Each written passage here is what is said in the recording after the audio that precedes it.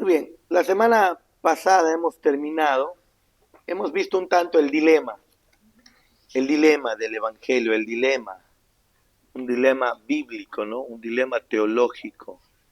Y al observarlo nos hemos dado cuenta que ese dilema tiene que ver con que Dios es justo y dice en su palabra que no va a hacer nada injusto porque es santo, pero es decir, que él no va a condenar al inocente, pero tampoco va a inculpar, perdón dicho, tampoco va a liberar a aquel que es culpable. Es decir, él va a dar el justo pago a cada uno, les va a dar el justo pago por sus acciones. Al pecador le va a dar su pago, al justo le va a dar su pago. Eso implica que él es justo, pues. Pero hemos visto que Dios dice que dice que él es santo y lo es, dice que es justo y lo es. Pero a la misma vez nos damos cuenta que él termina perdonándonos a nosotros que somos injustos e impíos. Eso tendría que ser justo, eso es injusto, a no ser que el mismo Dios cargue sobre sí nuestra culpabilidad, se impute a sí mismo nuestra culpa, castigando al pecador en él mismo, y impute su justicia al pecador, dándole incluso la condición de hijo, como lo tiene Cristo. Eso es maravilloso, nos hemos dado cuenta. Pero, genial, ya lo hemos comenzado a observar, hemos comenzado a ver eso. Pero ahora, ¿por qué Dios hizo eso? Si ya hemos dicho que a Dios no necesita absolutamente nada de nadie. Él no me necesita, Él no necesitó ni necesita a los ángeles. Gabriel, ¿qué más hay? Miguel, todos los serafines, los querubines. Él no necesita ninguno de ellos. No los necesita. Eso lo sabemos. ¿No es así? Es decir, se entiende de que en Dios mismo, hay una complacencia perfecta. Y esa complacencia es eterna. Desde la eternidad hasta la eternidad, nuestro Dios vive satisfecho, complacido, en comunión plena, perfecta, en compañerismo pleno y perfecto.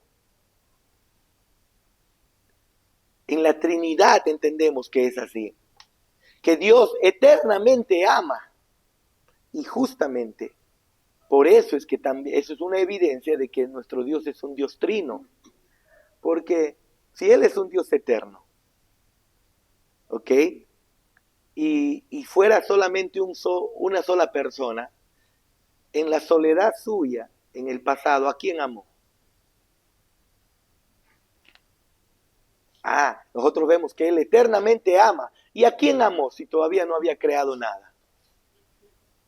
El Padre, al Hijo, al Espíritu Santo, un amor trinitario perfecto, un compañerismo perfecto. No hay nada fuera de la Trinidad que Dios no lo necesite. Todo está en la Trinidad. Dios mismo se complace. Compañerismo perfecto. Dios no necesitó crear para que esté acompañado, porque Él se sentía solo, para sentirse más glorioso, más excelso, más Dios. No. Él pudo no haber creado nada y Él seguía siendo Dios por toda la eternidad. Él crea, dijimos, porque es creador. Pero, y después de haber creado y del polvo haber formado a un ser humano, al ser humano, y hacerlo como el gobernador de la creación, de haberle dado comunión con Él, de haberlo hecho persona, de haberlo hecho partícipes de la comunión con Él, el hombre incurre en falta, peca siendo nada. Eso es el tema. El hombre peca delante de un Dios eterno, grande, siendo nada. El gran problema de nosotros es que nosotros nos creemos mucho. Ay, pero ¿por qué a mí me pasan estas cosas? No, no, no, no. No somos nada. Necesitamos entender que no somos nada. Ahí comienza el cristianismo, reconociendo nuestra insignificancia. Cuando todavía somos algo, entonces el evangelio todavía no puede ser recibido. Necesitamos reconocer que somos nada, pero siendo nada nos hemos ofendido a Dios. Entonces, y luego Dios increíblemente entrega a su Hijo para salvarnos, para salvar a los injustos y castigar al justo. Ya, ¿por qué Dios hizo eso? No estén, si quieres, siéntete acá, el cita más cerca. Si no, no te veo por ahí. Acérquense un poco más, para no estar tan lejos. ¿Por qué Dios hizo eso? ¿Por cuál fue la motivación? A ver, antes de revisar nuestro material, meditemos. ¿Por qué Dios se le ocurre idear un plan increíble? Un plan en el que Él sufriría. Recuerden, no envió a una creación. Jesús no es creación de Dios. No, no lo es, como dicen los testigos de Jehová. Los testigos de Jehová dicen que Jesús es un Dios pequeño, es el Hijo de Dios, pero es un Dios pequeño, es creación de Dios. La primera creación de Dios es Jesús, dice. No, eso no dice las Escrituras.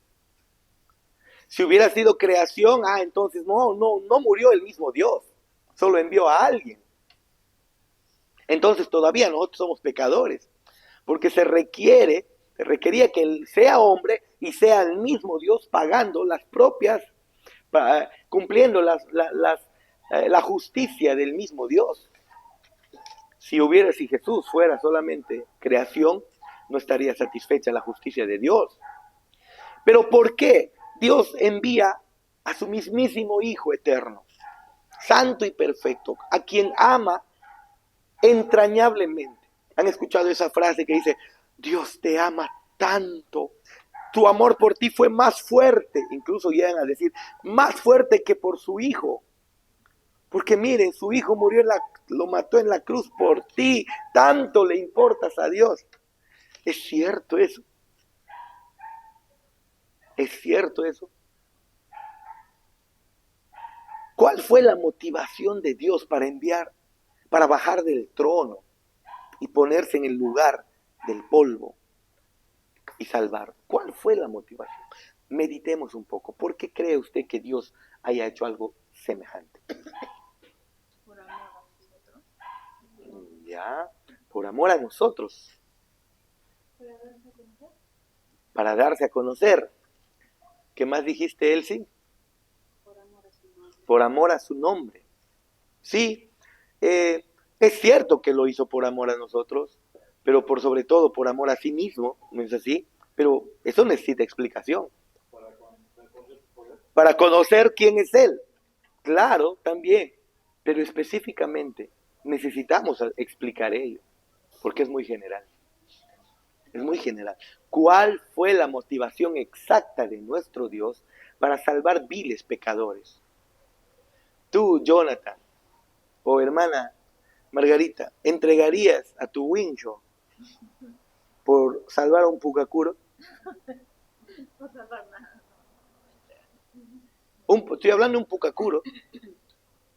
¿Tú harías eso, Roxana? ¿Pones ahí un pucacuro? Pobrecito, necesitan ser salvados. Toda una colonia de pucacuros necesita ser salvado. Que muera David. Delante de Dios no somos nada. A nosotros nos gusta creernos algo. Nos gusta creernos algo. Y cuando nos atacan el ego y todo eso, reaccionamos, ¿sí o no? Porque nos gusta creernos algo. Pero somos... Pasa. ¿Quién es? Pasa. Uy, necesitamos más espacio. Los de Arequipa. Arequipay. A ver si tienen que pegarse un poco más. Acá hay una silla más. Lo vamos a poner por acá.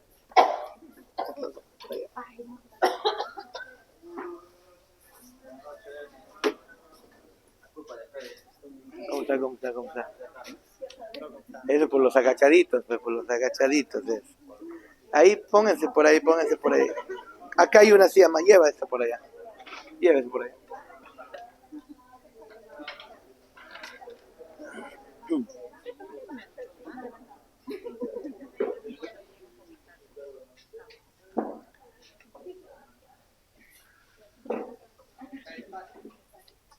Acomódense.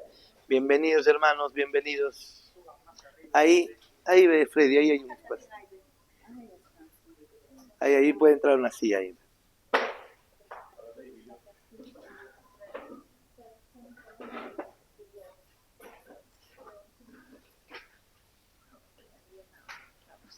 Nos están visitando nuestros hermanos de Arequipa, que mañana ya se regresan a Arequipa. Primero a Lima. Sería bueno, ¿no? Aquí puedes entrar, Freddy. O aquí hay, ¿ve? Acá hay 2 espacios, o 1. El mío sí no, pero yo no necesito sentarme. Aquí hay uno más. Llévale, Teito, por favor. Aquí hay uno más. ¿Y dónde está Freddy que no lo ves? Que está muy lejos. Listo. Entonces, en la eternidad, nuestro Dios siempre ha vivido complacido, sin necesidad absolutamente de nada. Nada fuera de sí mismo. Nada. Él no necesitó crearnos. Él no necesitó hacerlo. Pero como decíamos, después de habernos creado, siendo polvo, siendo nada, absolutamente nada, nosotros nos rebelamos contra Él. Y entonces hacíamos la pregunta, siendo nada, hemos ofendido a un Dios eterno, omnipotente. ¿No es así? Un Dios sabio, a Dios mismo, al Creador. Entonces, pero, después de haberle ofendido, ¿qué le motivó a Dios? El que pueda enviar a la segunda persona de la Trinidad para salvarnos. ¿Qué le motivó a Dios a encarnarse para salvarnos a nosotros? Y hacíamos la pregunta antes que venga Freddy y su mancha. Freddy, si tú ves una colonia de pucacuros, 1.000.000 de pucacuros, esta colonia necesita ser salvada, pero para salvar tengo que matar a Cris, a tu bebé, a Cristi. ¿Lo harías? No lo haces. ¿Quién lo va a hacer? ¿Por qué? Porque no es nada. Más bien le mete gasolina, y como yo hacía antes en mi casa, ¿no? Hormiga, hueco que veía de hormiga, le metía gasolina y después explotaba. Pero siendo nada, ¿qué le motivó a Dios que nos salve, que nos haya salvado? Ese es el tema de hoy. No creo que podamos avanzar mucho, pero lo poco que avanzaremos un poco. El motivo de Dios para salvar al hombre, después de esta introducción, ¿sí? Pregunta, ¿no? O es apropiado preguntar cuál podría haber sido la motivación de Dios para enviar a su único hijo a morir para que el hombre pecador fuera salvado. Hemos estado diciendo, algunos han respondido, lo motivó el amor por nosotros. ¿Qué más dijimos? Desconéctame. ¿Qué más lo motivó? Para darse a conocer. ¿Ya? ¿Qué más lo motivó? ¿Qué lo motivó, Freddy? Sin leer tu material. Su propia gloria. ¿Ya? Genial. Pero decíamos, necesitamos ser un poco más específicos. Aunque es cierto que para darse a conocer, mucho más para mostrar su justicia, para mostrar su misericordia, su bondad, su amor, ¿no? Genial. Pero necesitamos ser más específicos. Sigamos. En las Escrituras descubrimos que Dios no salva al hombre por alguna necesidad divina. Ya les dije, Dios no necesita nada. Algunos en la historia, algunos pecadores no arrepentidos han dicho en la historia, no, es que Dios necesita al hombre, porque si el hombre deja de creer en Dios, Dios desaparece. Dios necesita las oraciones, como en algunas culturas en el pasado, los dioses necesitaban las ofrendas y las oraciones de el clamor de sus pueblos, porque entonces los dioses se hacían más fuertes. Incluso hay historias donde los dioses se están debilitando. ¿Qué hacemos? Que los de la tierra no se están olvidando de nosotros, tenemos que hacer algo. Y entonces les mandaban dificultades y esto para que teman y entonces den su adoración, dicen, ¿no? Había ese pensamiento, todavía hay ese pensamiento de que si ya el hombre deja de creer en Dios y deja de orar a Dios, Dios desaparece. Y entonces Dios, para seguir existiendo, creó al ser humano. No.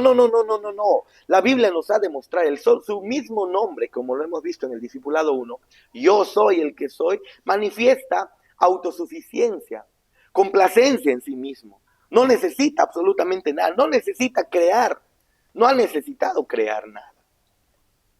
Si cada ser humano se convierte en un ateo, se hace un ateo, a Dios, como decía mi mamá, no le hace ni chis ni mus. No le afecta, no le hace más grande, no le hace más pequeño. Él es inmutable, eternamente es como es, sin cambio, sin sombra de variación, dice incluso en el Nuevo Testamento.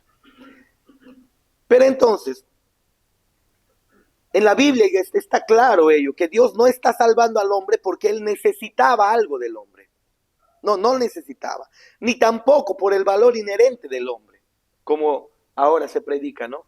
Dios te ama tanto, eres el centro del universo para Dios. No, nada que eso, son mentiras, patrañas. Mientras veníamos, esta vez de Lima, vine trayendo a Benjamín Muñoz. Benjamín, y con Yadá, ¿no?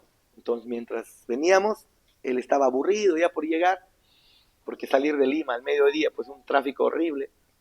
Entonces él decía, le puse música de Marcos Vidal, porque yo sé que le gusta Marcos Vidal, a mí también me gusta Marcos Vidal. Música que juntos con Benjamín escuchábamos cuando teníamos 13 años, 14 años, porque desde la IEP nos conocemos, ¿no? Y hemos dado especiales de Marcos Vidal. Las canciones de Marcos Vidal son hermosas. Pero entonces ponemos la canción... miren ustedes, para el discipulado, para el compartir. Para el compartir. Son murciélagos. Sí, murciélagos. Sí, hay murciélagos grandes.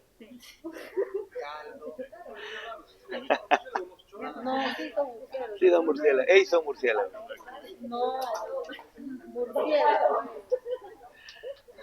Pero para efectos del compartir, que sean palomas. Entonces yo le pongo Marcos Vidal y justamente la canción ¿Quién soy yo? No sé si han escuchado ustedes. Dice, otra vez ante ti en humilde oración. Ni siquiera, no me acuerdo, pero mira, ya no sé cómo explicar el temor y el asombro que hay en mí, dice Marcos Vidal. Hermosa canción. Todavía no lo sé. No me has dicho aún, le dice a Dios, qué es lo que has visto en mí para salvarme, creo. Es que no entiendo la razón de tanto amor demostrado, dice, ¿no? ¿Quién soy yo para que tú me hayas amado? ¿Han escuchado la canción? ¿Alguien la escuchó? Hermosa canción. La compuso más o menos por los años 94, 95, 96, por ahí. Pero cuando la escuchábamos ese día que estamos viniendo el sábado, y ya está a mi lado, Espérate.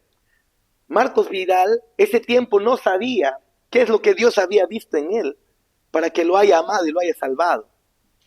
Pero ahora Marcos Vidal sí lo sabe, le decía, porque Benjamín es hincha de Marcos Vidal. Marcos Vidal fue invitado a la iglesia en Lakewood a predicar y les predicó el evangelio. Les dio el verdadero evangelio. Nunca más lo he vuelto a invitar, creo.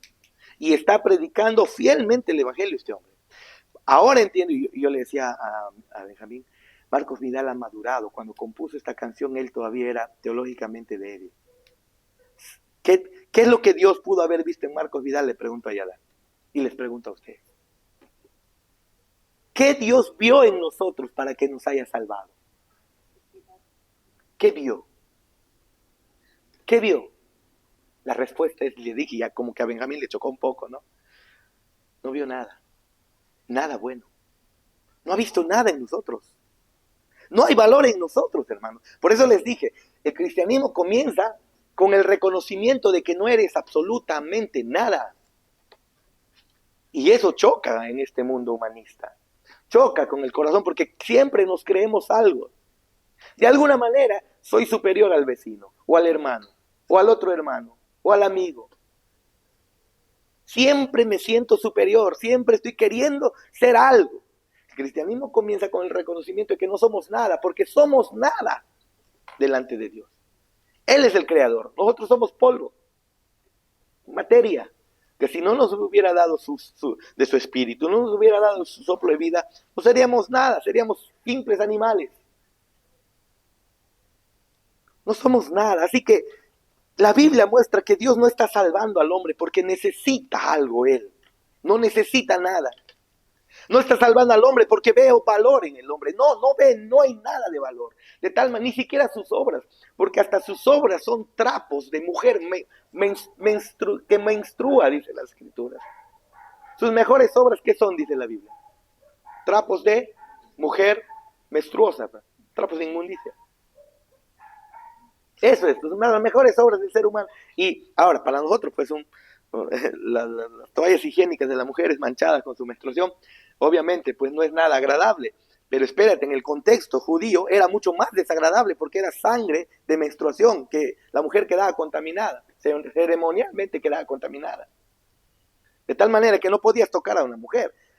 O sea, al punto de decir nuestro Dios, y lo dice, porque así es, que ni nosotros ni nuestras obras son buenas. Son trapos de inmundicia. No hay valor inherente en el hombre, no lo hay. ¿Qué más?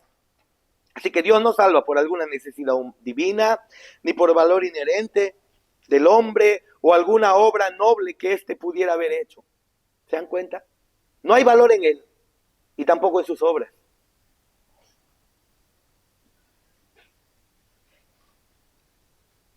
¿Te gusta eso?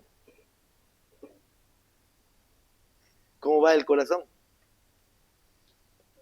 Dile eso afuera, sal a predicar esto afuera. No, porque en la psicología no, sí. Leywood, saca el potencial que hay en ti. Dios va a sacar lo mejor de ti. Dios va a sacar el campeón que hay en ti, ¿no? ¿No? Tú tienes un valor incalculable para Dios, por eso Dios ha hecho todo lo que ha hecho por ti. ¿No? Si Dios tiene que sacar algo de nosotros, es a nosotros mismos. Sacarlo, matarlo, destruirlo. Y con su Santo Espíritu crear un ser nuevo, ¿no? En lugar de eso, porque no lo hizo, no hay valor en nosotros ni en nuestras obras, ni porque Dios necesita. En lugar de eso, Dios fue movido a salvar, escuchen, a salvar al hombre para alabanza de su propia gloria y por el amor tan grande con el que nos amó. Claro, ahora de aquí estamos, de manera general estamos diciendo esto. Esto necesita explicación. Y en el discipulado 1 y 2 también ya hemos dado un tanto la explicación. Lo que vamos a hacer ahora es recordar un poco más y tal vez profundizar un poco más, ¿no? Nos salvó para la alabanza de su propia gloria, para que Él sea glorificado. Cuando seres sin valor, rebeldes, sin valor, al final Dios entrega su vida por esos seres. ¿Quién es glorificado cuando Dios hace eso? Él mismo. ¿Y qué? ¿Qué es lo que el ser humano conoce entonces? Mire, el deseo de Dios siempre, al ser la Biblia dice que Dios es luz. Y como luz, la luz ¿qué busca? Mostrarse. No se esconde. Dios busca revelarse, mostrarse. Lo ha hecho a través de su creación. El ser humano no tiene excusa para decir Dios no existe. No hay excusa porque la creación nos grita del poder, de las cosas invisibles de Dios, su eterno poder, su deidad, se hacen visibles a través de ¿qué? De la creación se hacen visibles. Todo ser humano debe observar la creación y decir, wow, hay un Dios, voy a adorarle y buscarle, pero no hace. Comienza a adorar por su corazón duro, comenzó a adorar a la misma creación, ¿no? Desviándose. Pero Dios busca crecer, Él se ha revelado y busca que lo conozcan. Y cuando ha creado al hombre, pues ha buscado lo mismo, tener comunión siempre con Él. El hombre se revela. Pero miren ustedes, otra vez recordemos lo que les dije hace buen tiempo. Cuando Dios creó los ángeles,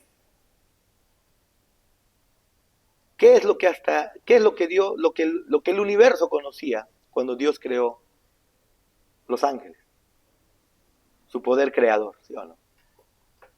Seguramente su omnipotencia, su omnisciencia, su omnipresencia, todo eso ya era conocido por los ángeles, ¿no es así? Y muchas más de sus perfecciones. Pero espérate, todavía no conocían su justicia. Pero Dios, es un Dios santo y también es un Dios justo. Pastor, disculpe, pero la Biblia no habla de cuándo Dios creó a los ángeles, ¿no? Y tampoco no tiene mucha relevancia. Lo que sabemos es que fue creado antes, pues, ¿no? Antes que el mismo ser humano. Nada más, ¿no? No hay relevancia. Pero pero también la Biblia muestra que un ángel se revela e influencia a muchos más. Y cuando este ángel se revela, Lucifer se revela. Espérate. A pesar del pecado de Lucifer, ese mismo pecado de Lucifer, nuestro Dios lo va a usar, aunque Él no ha creado el pecado, no es el autor del pecado, pero esta persona, Lucifer, con voluntad, con autodeterminación, decide voluntariamente pecar, porque Dios no creó robots, creó personas con autodeterminación, con voluntad, decide pecar y cuando peca, espérate, Dios aplica su justicia implacable. ¿Se dan cuenta? Condenado para siempre Satanás y todos los que le siguen. ¿Qué comienza a conocer ahora el universo? ¿Qué comienza a conocer? Eso no era conocido antes. Conoce su justicia y su santidad. Con Dios no se juega. Dios es un Dios justo, condenado para siempre. Y luego crea al hombre.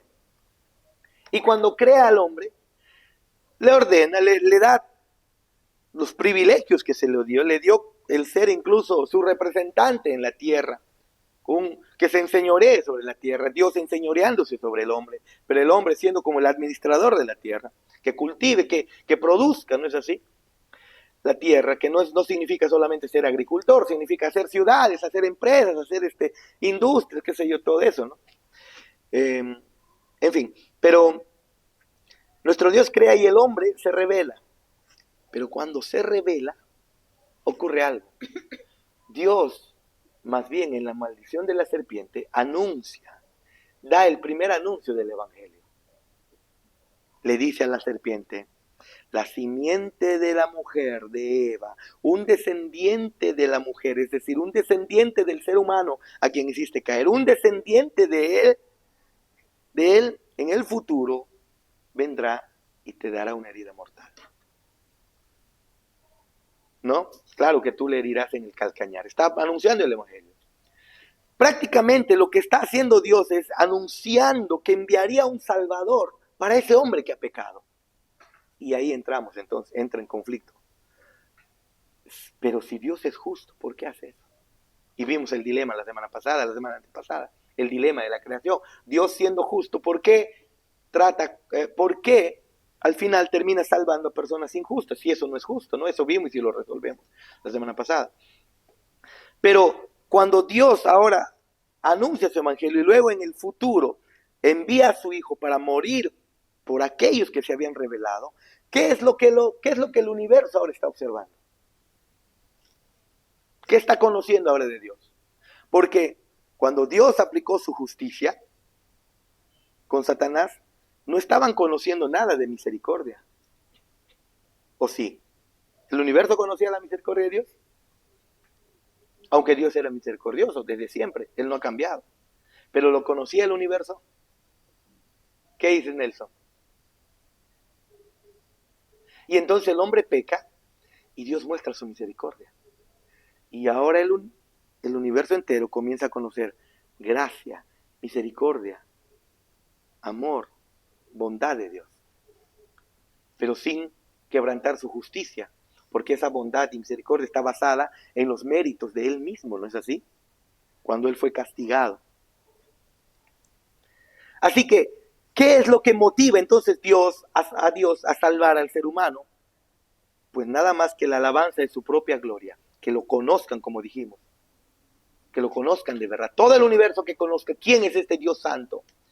Y no solamente es un Dios creador, no es solamente un Dios omnipotente, no es solamente un Dios eterno, inmutable, omnisciente, grande, sino también es un Dios santo, lo conoció Satanás, santo y justo. Pero no solamente eso, sino también un Dios misericordioso, lleno de gracia y de bondad. Sí, quería acotar cuando Aida, el hombre, el Señor va hacia Adán y le da la oportunidad de que empieza a decirle qué has hecho, Adán, y se justifica. De igual forma le dice a Eva, ¿qué has hecho, Eva? Pero a Satanás no le hace preguntas, sino ya la condenación está de frente. Y recibe misericordia a los dos. Muy aparte de que por misericordia les ha cubierto el pecado para que salgan y puedan. Sí, pues. Pero miren, a pesar de que nos es difícil entender, y en el discipulado 2 hemos entendido, pero que un poco eso, a pesar del pecado del hombre, el pecado de Adán y Eva, el pecado de la humanidad, está sirviendo para los propósitos de Dios. Increíblemente. Es un Dios que no se le escapa nada.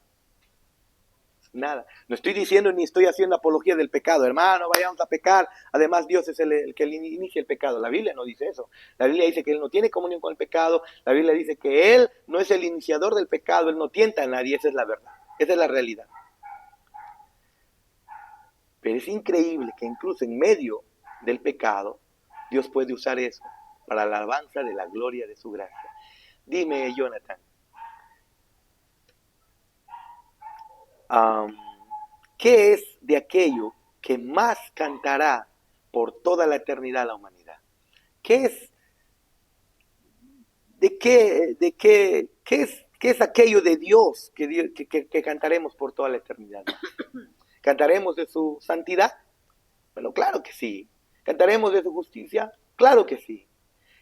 Pero está llena, el Apocalipsis nos da la evidencia de que cantaremos más y más de su gracia, de su misericordia y de su amor entregado en la cruz.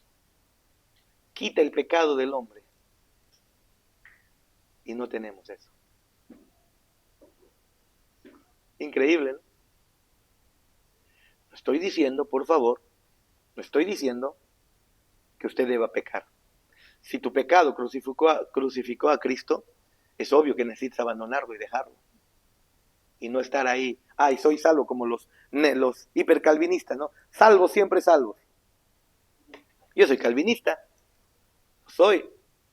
entiendo que es el sistema doctrinal mucho más cercano a las Escrituras, pero tampoco puedo llegar a decir que por el hecho que soy salvo yo puedo pecar como me da la gana. Eso significaría que no soy un calvinista, pero no salvado. Eso. Todos pecamos al final, pero no debemos practicar el pecado, debe haber un arrepentimiento constante. Sigamos entonces. Una de las verdades acerca de Dios que más provocan admiración es que Él es absolutamente libre de cualquier necesidad. Su nombre mismo lo demuestra. No necesita nada. Por eso dijimos la vez pasada, ¿no? Hay que estar diciendo, vamos a la iglesia, ve a la iglesia, o la manera de predicar, ¿no? Entrégale al Señor tu corazón, Él está tocando la puerta de tu corazón, llorando, pobrecito, entrégale. No, Él no se necesita nada. Si te haces ateo y le insultas a Él, no le haces nada más ni menos. Absolutamente no le haces más ni menos. No te necesita. Su existencia, el cumplimiento de su voluntad y su deleite, escuchen, el ser Dios, su existencia, el cumplimiento de que se haga su voluntad. A veces nosotros nos sentimos como indispensables. Esa es una verdad hermosa, hermanos. Nadie es indispensable. Pastor es indispensable, no lo es. Yo muero y el Señor hasta piedras puede levantar. Nadie es indispensable, no lo somos. El cumplimiento de su voluntad, su deleite, no dependen de nada ni de nada que fuera de sí mismo. De nada o de nadie fuera de sí mismo. El deleite de Dios, el cumplimiento de su voluntad, su existencia radica en Él mismo. ¿Se dan cuenta? No nos necesita. Ahora, estamos pasando esto rápido porque en el Discipulado 2 se habló de esto. Y en el 1 también. Sigamos. Él es el único ser que es verdaderamente autoexistente. Ya les dije, su mismo nombre lo manifiesta. Autosostenible, autosuficiente, independiente y libre. Libre de necesidades. Libre, Él es autosuficiente. Nadie lo sostiene, solo se sostiene eternamente. Nadie le trae a la existencia, Él es autoexistente. ¿Vamos bien? Sigamos. Todos los otros seres derivan su vida y bendición de Dios. Antares, una estrella muy lejana, deriva su existencia de Dios. El pucacuro que me picó, deriva su existencia de Dios. Las bacterias, deriva su existencia de Dios. El COVID, ay sí, de Satanás, ¿sí o no? Nada en el universo, nada escapa de Dios. Todos. Satanás deriva su existencia de Dios. Claro, Él es el único autoexistente. Por eso comienza diciendo que Él es santo, pues. ¿Y qué significa ser santo? Trasciende a su creación, es completamente diferente, trasciende a su creación, trasciende la corrupción moral de su creación. Eso es santidad. ¿Y cómo se demuestra? Entonces Él es justo como nadie en el universo. Él es eterno como nadie en el universo. Y eso es ser santo, pues. Él es omnipotente. ¿Quién más en el universo es omnipotente? Nadie. Eso es ser santo, pues. Diferente, completamente diferente, apartado. Nadie como Él. Autoexistente, independiente, libre. Nosotros no somos libres. Por más que cantemos, somos libres. No somos libres. Porque dependemos de Dios al final. Todos los otros seres derivan su vida y bendición de Dios.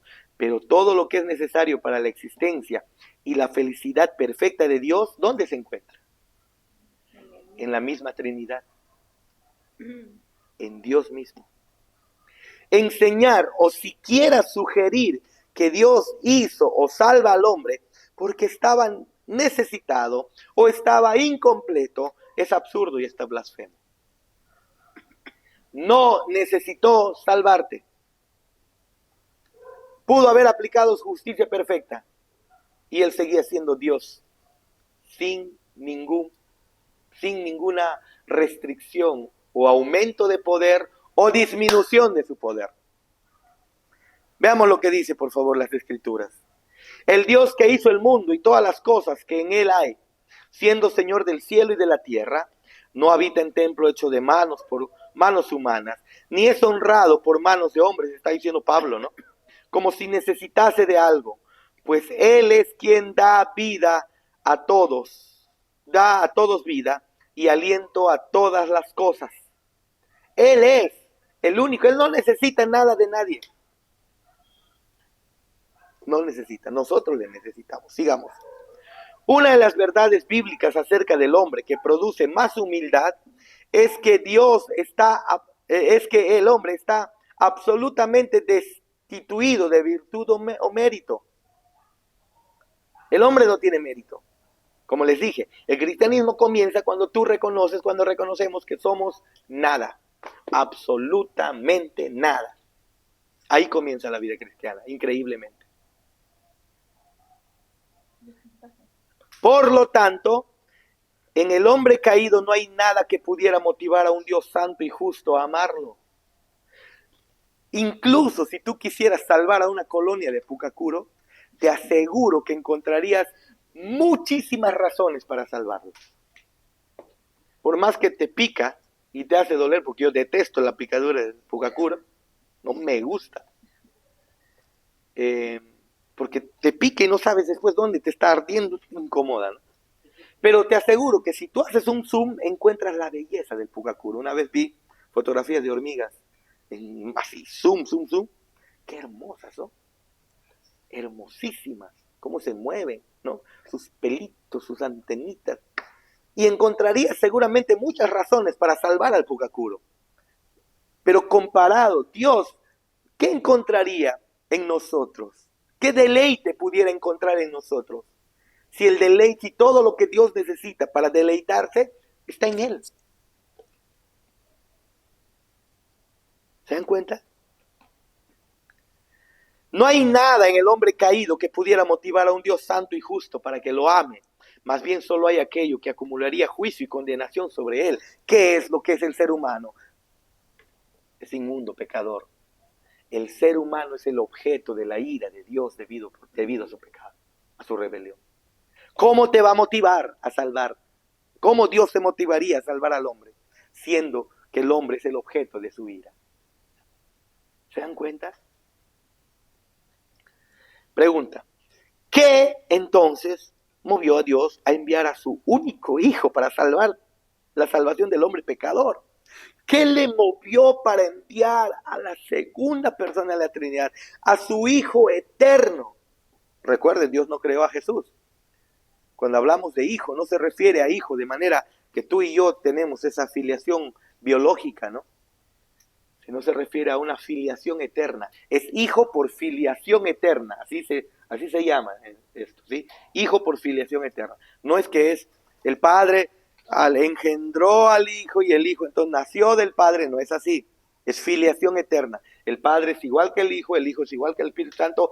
Nadie ha sido creado. Los tres personas coexisten eternamente. Exactamente, eternamente existen. Es filiación eterna, ¿no?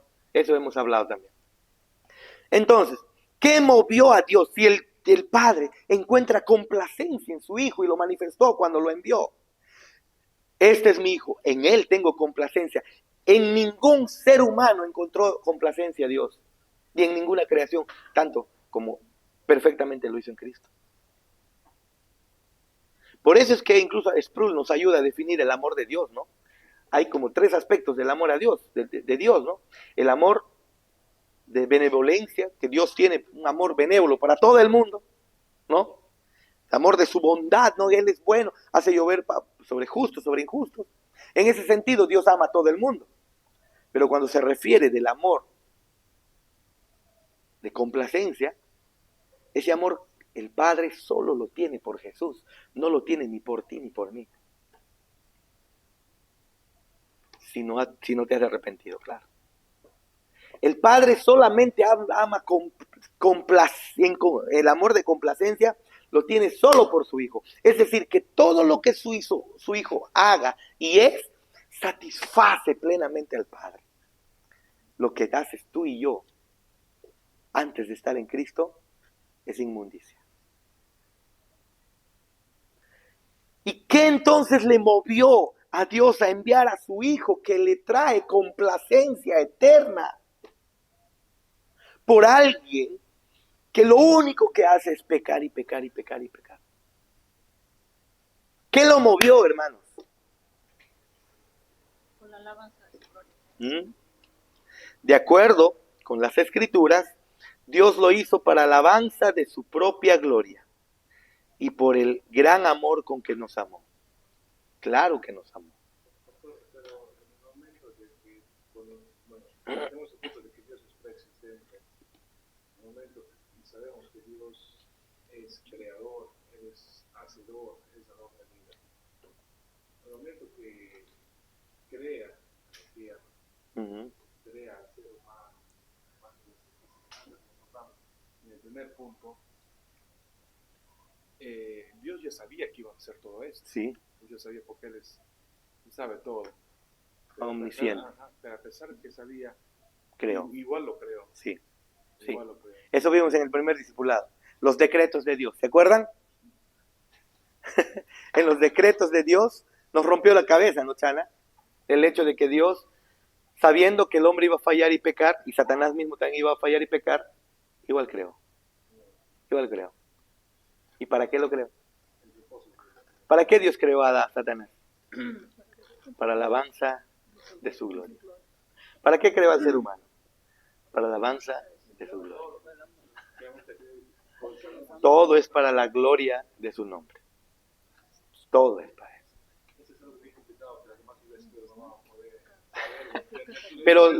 Pero cuando se explica se entiende mucho más porque el Espíritu Santo nos ayuda a entender. Así que poquito más conforme avanzamos esto se va a hacer mucho más entendido. Pero sí es duro. Sí, pues es. La verdad que hay pastores que no te van a explicar lo que usted dice. Y es ahí donde solamente dan lo que necesitamos o queremos saber nada más. Escuchar. Escuchar nada más. Cierto.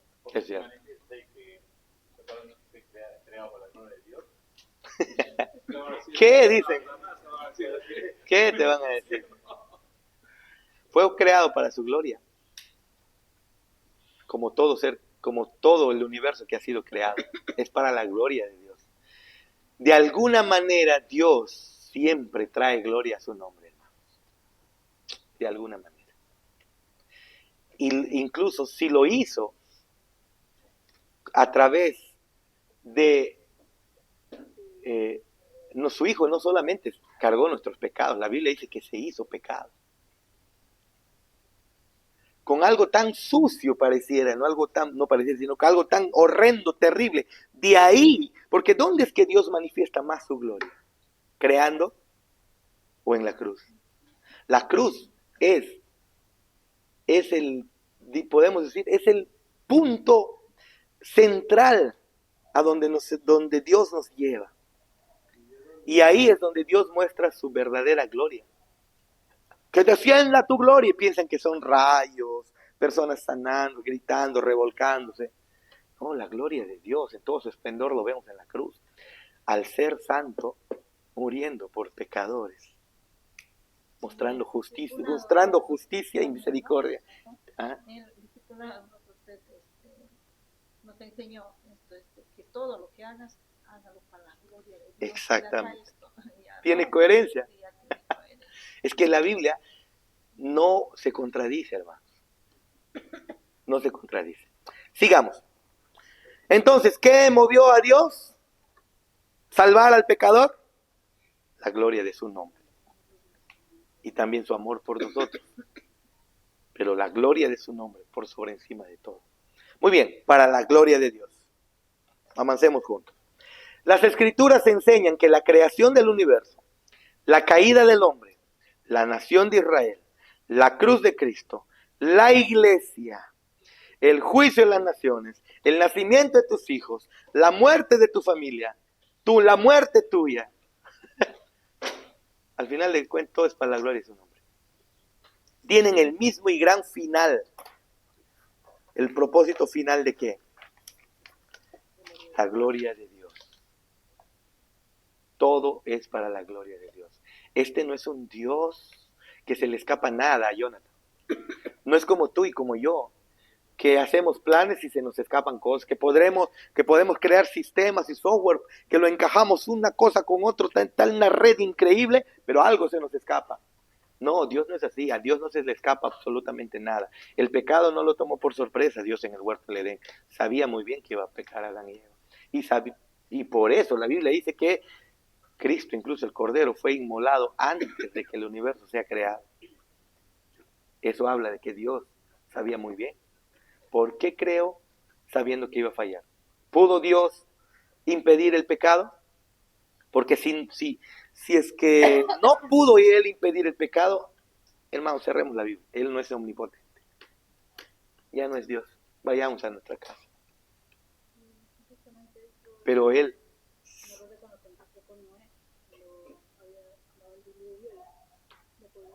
Supuestamente quedaba normalmente en el caso de la familia de Noé y el resto de desaparecidos. Claro, pero aún así, si nos damos cuenta y vemos, Dios lo que está haciendo con Noé no es mostrar en realidad que de verdad había un hombre recto y justo. Noé, el decir recto y justo, no está refiriéndose a la rectitud y justicia de Jesús, de la perfección que Dios tiene como estándar, porque la Biblia dice no hay justo ni a uno, ni siquiera Noé, ¿no?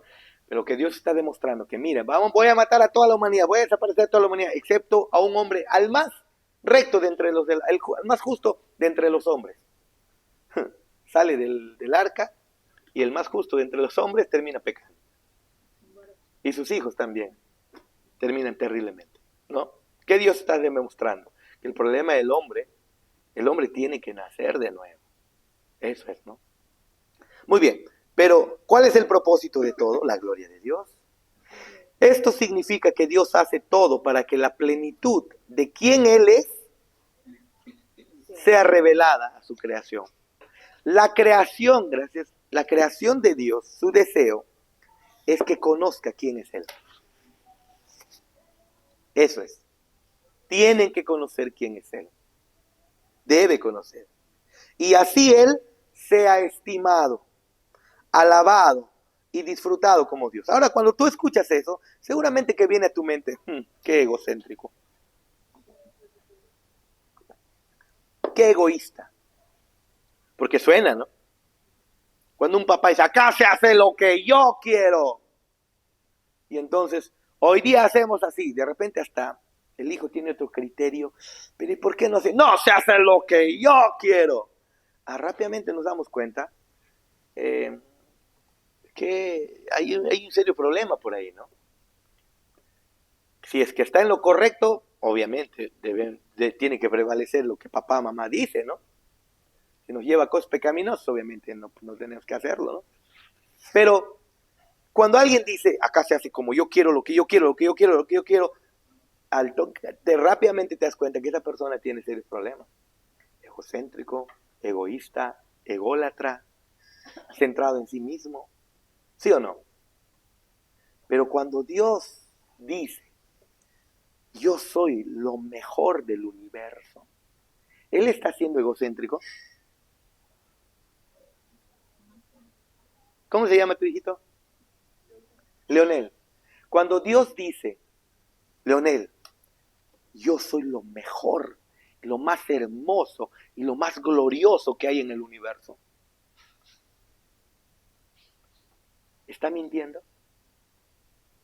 Si Él no lo dice, estaría yendo en contra de la justicia. Lo justo es que Él manifieste que Él es lo más hermoso, lo más glorioso.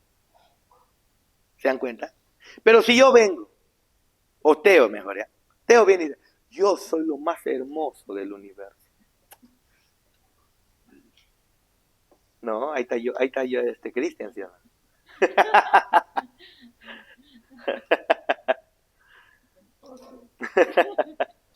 el más hermoso, dice, el más hermoso. Cuando nosotros decimos yo soy lo mejor, estamos mintiendo. Nos damos cuenta que algo está mal en nosotros. Yo soy el mejor pastor. Imagínense que yo llegue a decir eso. Sería un mentiroso total, usted lo sabe. Ahí está, mejores ahí deben haber en Tigo María, de repente el de la IEP, ¿no? O, no sé, obviamente que hay muchos más. Yo soy el mejor filmador, puede decir él. No, mentira, hay muchos mejor que hacen cine incluso. ¿Sí o no? Yo soy la mejor ingeniera de sistemas. No, hay otros mejores. Pero cuando viene Dios, dice Freddy, egocéntrico es Freddy. Pero cuando viene Dios y dice yo soy lo mejor, lo más hermoso, lo más glorioso, eso es justo. Y cuando Él busca que Él ser estimado, amado, alabado y disfrutado, eso es justo. Pero cuando tú buscas que a ti nomás esté la admirada, que sobre ti nomás esté el amor, no, eso no es correcto. ¿Pero por qué? Porque tú no eres perfecto.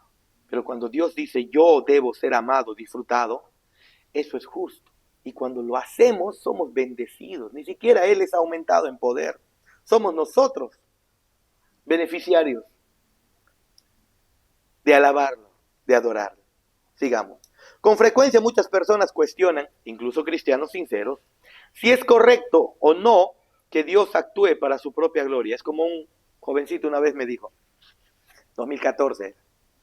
Yo había predicado en la iglesia sobre la gloria de Dios y cuando estoy llevando en la moto, él estaba, no así. Pero Jarvis me dice, ¿por qué todo tiene que ser hecho para la gloria de Dios? ¿Por qué? ¿Por qué no algo para nosotros? ¿Por qué solo Él quiere llevarse la gloria?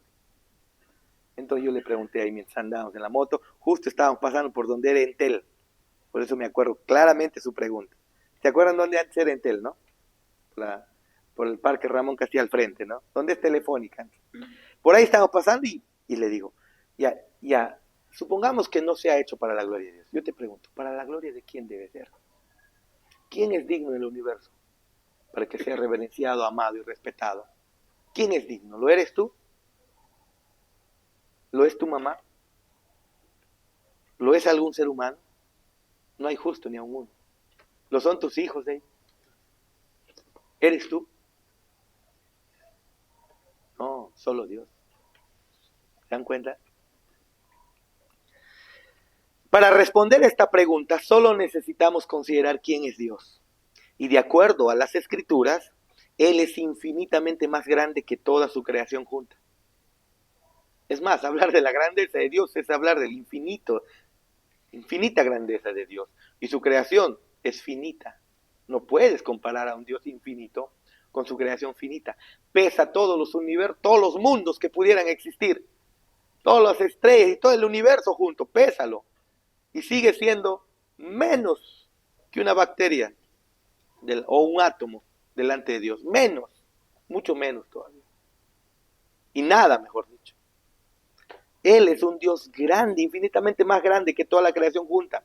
Por lo tanto, no solo es correcto, sino necesario que Él tenga el lugar más alto y haga de su gloria la razón o fin principal de todo lo que Él hace. Si Él no lo hace así, eso es injusto.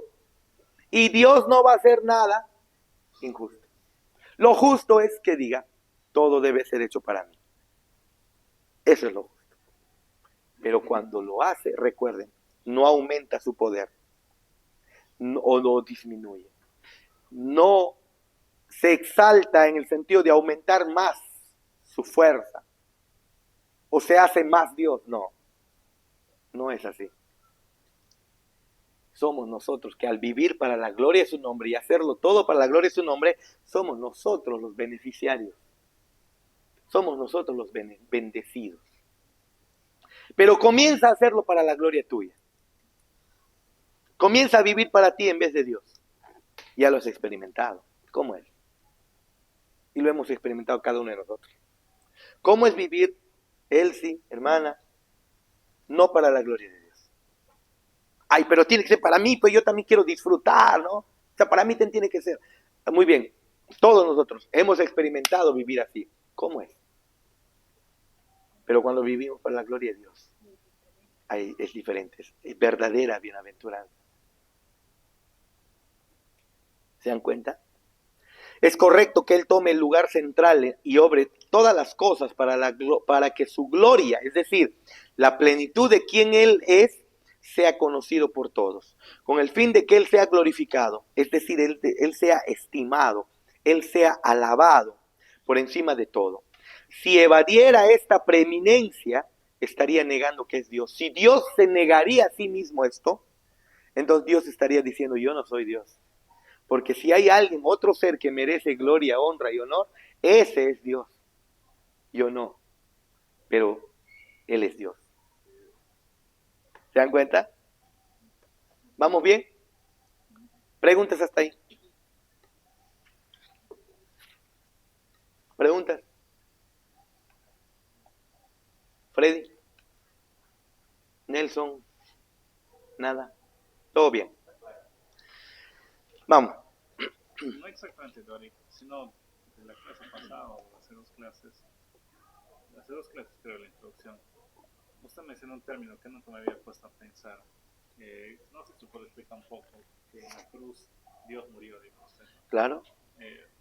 No sé si podría explicar un poco más, para entender un poco. Claro, yo nunca me había puesto a pensar, no, Cristo en la cruz, pero de cierta manera Dios murió. Porque Cristo es Dios, ¿no? Dios que es eterno. Claro, Cristo en la cruz murió. Para que veas qué tan pecaminoso es el pecado, que Cristo en la cruz murió. Pero cuando nos referimos a morir, a ver, yo he tenido perros y me ha dolido cuando han muerto. Los enterré, una vez que murieron, dejaron de respirar, murieron, los enterré y desaparecieron para siempre, hermanos. No hay un purgatorio de perros, o un infierno de perros, o un cielo de perros. Ellos murieron, desaparecieron.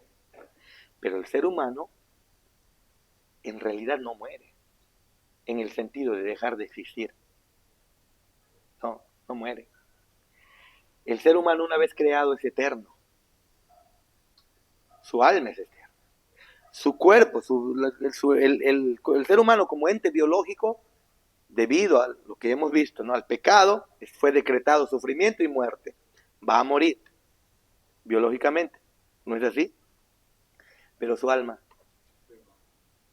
¿murió su alma?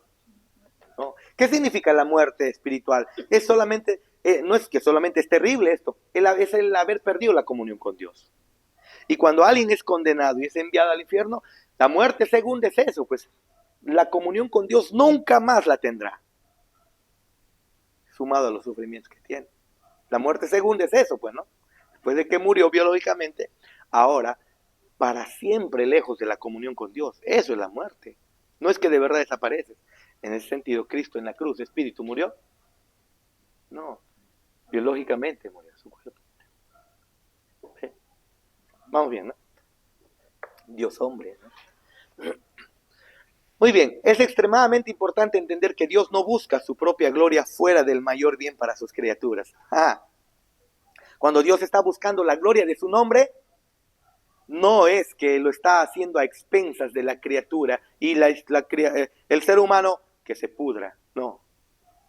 Cuando Él busca la gloria de su nombre, sabe que al buscar la gloria de su nombre, su creación será bendecida. Y si Él no lo hace para su gloria, su creación es destruida. Por eso les dije, haz la pruebita, ¿ya? No vivas para la gloria de su nombre y me avisas luego. Me avisas luego. Y eso, ya hemos vivido antes. ¿Sí o no, Nelson? ¿Sí o no, Freddy?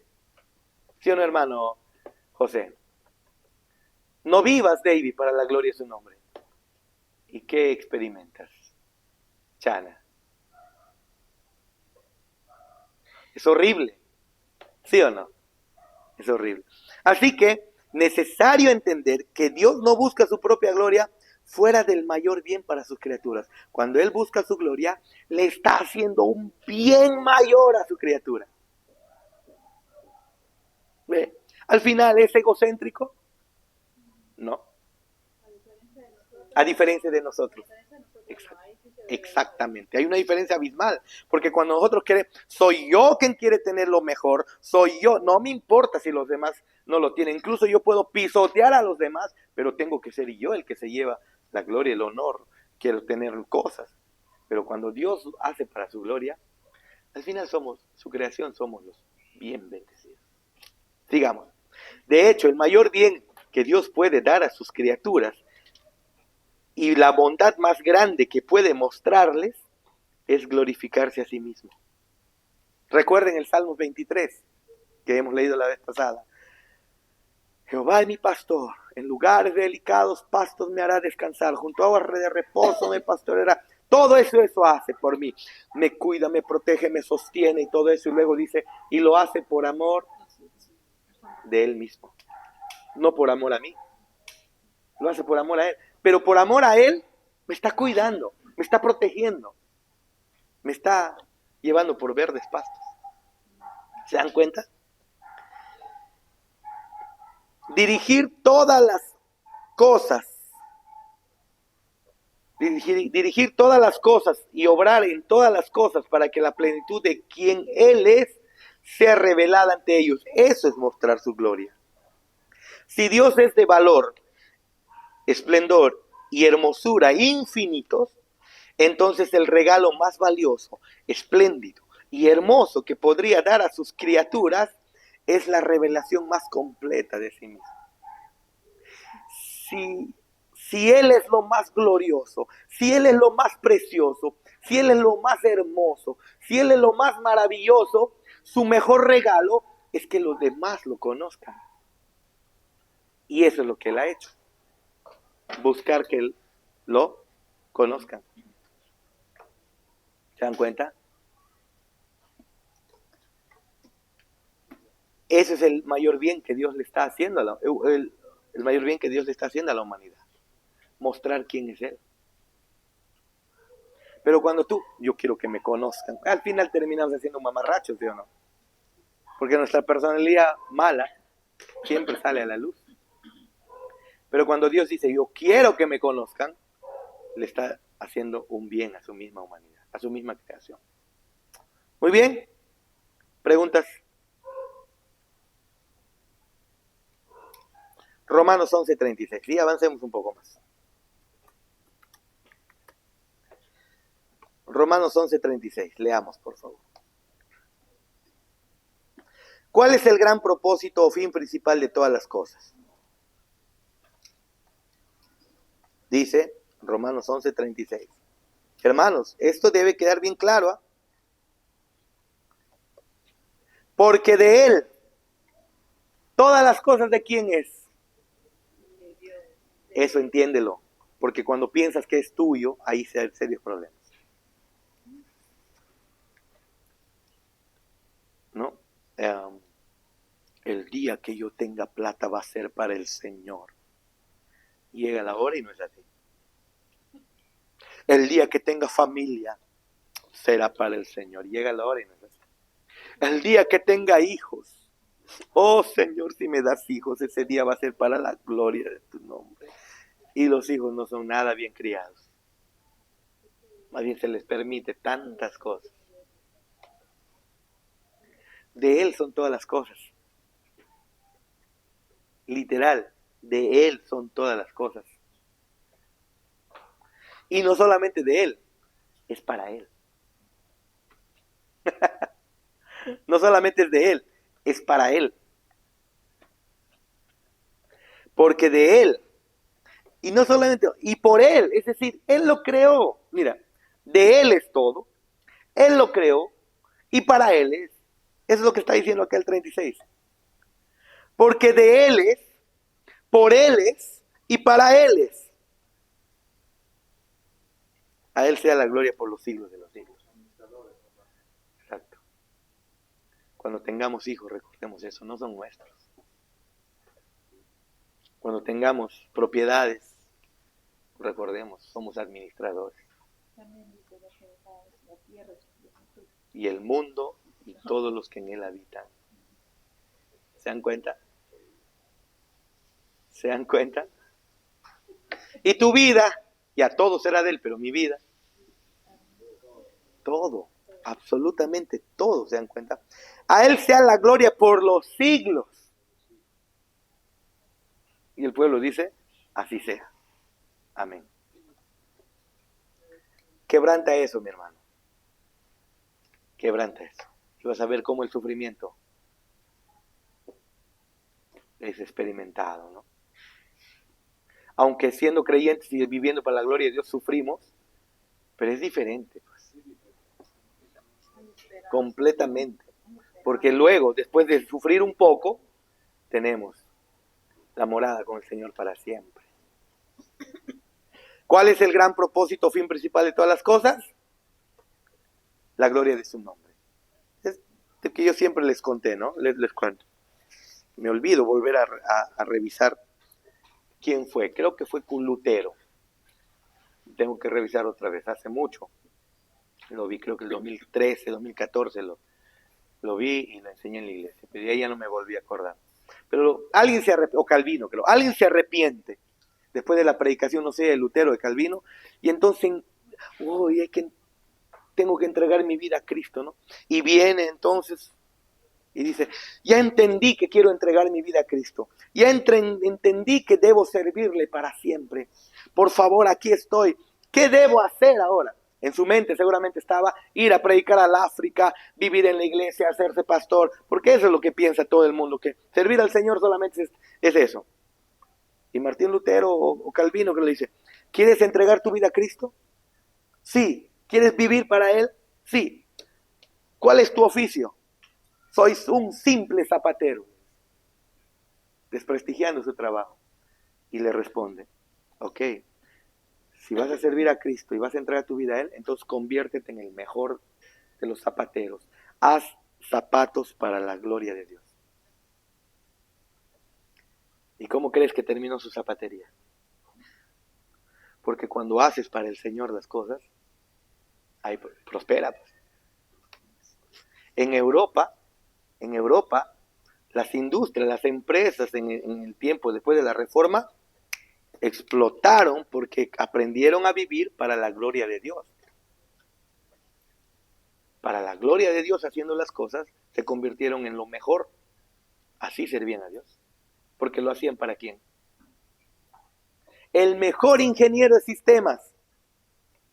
No lo hago solo para ganar dinero, para que recibí mi cheque. Lo hago para el Señor. El mejor abogado. No hago para ganar litigios y que no, lo hago para la gloria de Dios. La mejor pollería. No, para que yo sea reconocido. No, es para que digan, wow, ¿quién es el dueño? Una familia cristiana que le da la gloria a Dios, es para la gloria de Dios. Diferente, ¿no? Eso es diferente al Evangelio de la Prosperidad. Diferente al Evangelio de la Prosperidad, completamente. Diferente, ¿ves?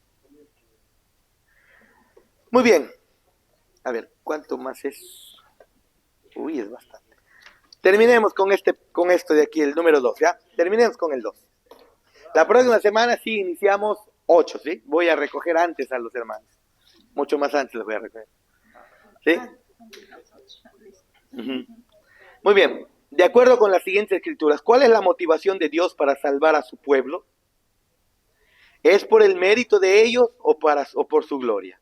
Vamos a unir cada motivación con el texto correspondiente. A ver, tarea, rapidito, háganlo ahí. Vamos. Busque con su Biblia.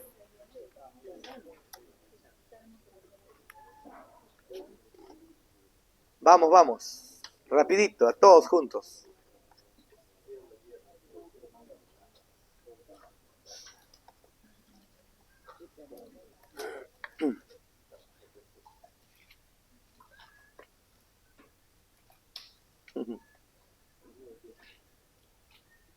Vamos a hacer eso. Ahí la A, la B, la C, ¿no? Estos de ellos, esto, uno de ellos. Ah, ya. No, vas a buscar en Salmo, vas a leer. Salmo 79. Uh-huh.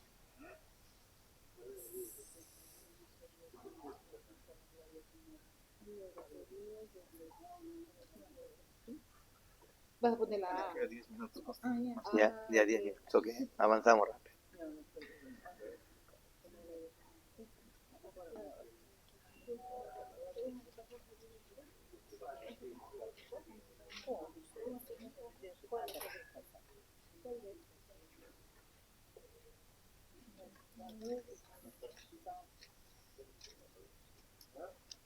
El Salmo 106.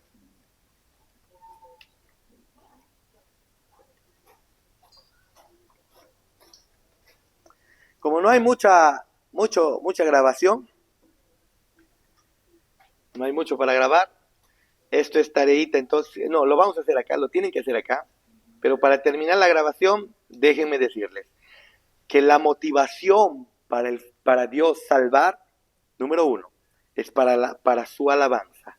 Número 2, para la gloria de su nombre. Número 3, para vindicar la santidad de su santo nombre. Número 4, para hacer para sí un nombre perpetuo y para hacer notorio su poder. Muéstrame en dónde está el ser humano como motivación acá.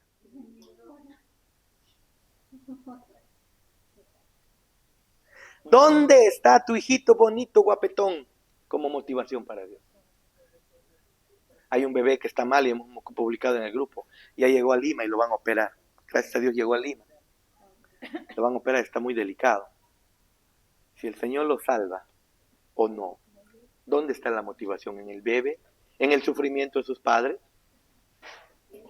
o en la alabanza suya, o en la gloria de su nombre, o en vindicar la santidad de su santo nombre, o en hacer para sí un nombre perpetuo y hacer notorio su poder. No hay en Dios motivación, no hay motivación en Dios viendo al ser humano.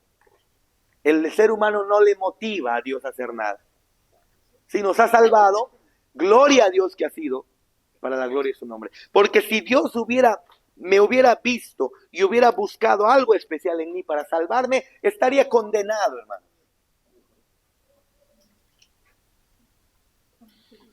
Dios se ha visto a sí mismo y entonces me salvó. Ahí radica la seguridad de nuestra salvación. Tu salvación no depende de ti, depende de Él. La garantía de tu salvación no depende de ti, depende de Él. Qué hermoso es nuestro Dios, hermanos. Qué maravilloso es nuestro Dios. Amén. Vamos a terminar ahí y ustedes, pero terminen este ejercicio. Terminen este ejercicio, terminamos la clase para los que están grabando. Porque si no se te va tu batería. ¿Sí? Con los que van a ver el video, bendiciones. Continuamos la próxima semana.